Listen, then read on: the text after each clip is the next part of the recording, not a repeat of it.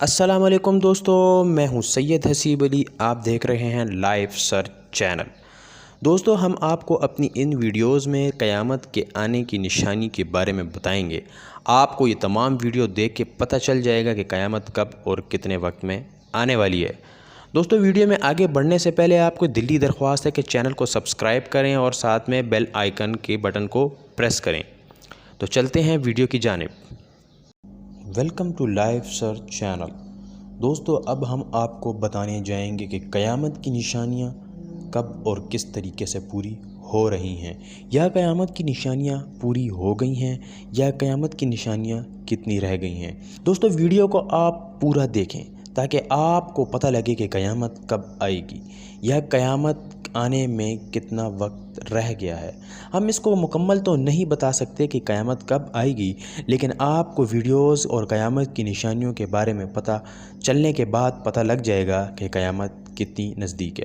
اللہ کے رسول نے فرمایا، قیامت کی جو نشانیاں ہیں وہ تسبیح کے دانوں کی طرح ہیں۔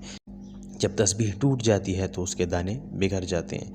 تو دوستو، چلتے ہیں قیامت کی پہلی نشانی کی طرف جو کہ پوری ہو چکی ہے۔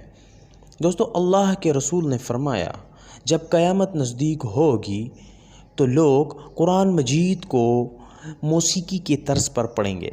آج دوستو ہم دیکھ لیں کہ قرآن مجید کی جو بے حرمتی اس پوری دنیا میں کی جا رہی ہے، چاہے وہ مسلمان ہو یا وہ غیر مسلم ہو، وہ قرآن مجید کی تلاوت یا قرآن مجید کو موسیقی میں کس طریقے سے استعمال کرتا ہے۔ دوستو، آپ لوگوں نے خواہ کوئی نہ کوئی انگلش کی نعت آپ دیکھ لیں، یا کوئی اس طریقے کی عربی کی نعت دیکھ لیں، یا آپ اپنے ہی پاکستان میں ان نعتوں پہ ذرا غور کریں۔ وہ نعتوں کو گانوں کے اندر جو ہے وہ کر کے ان کی طرز میں گاتے ہیں۔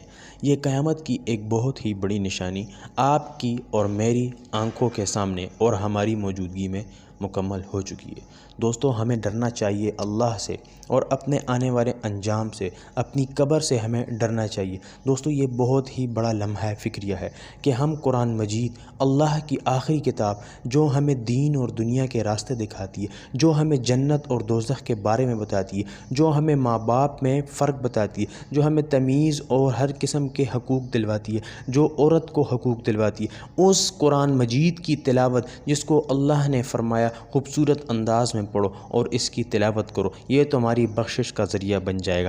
آج ہم اس قرآن مجید کو موسیقی کے طرز پر کیوں پڑھ رہے ہیں؟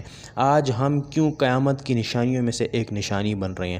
دوستو، اللہ کی خاطر، اللہ اور اس کے رسول کی خاطر قرآن مجید کو موسیقی کے طرز پر نہ پڑھیں۔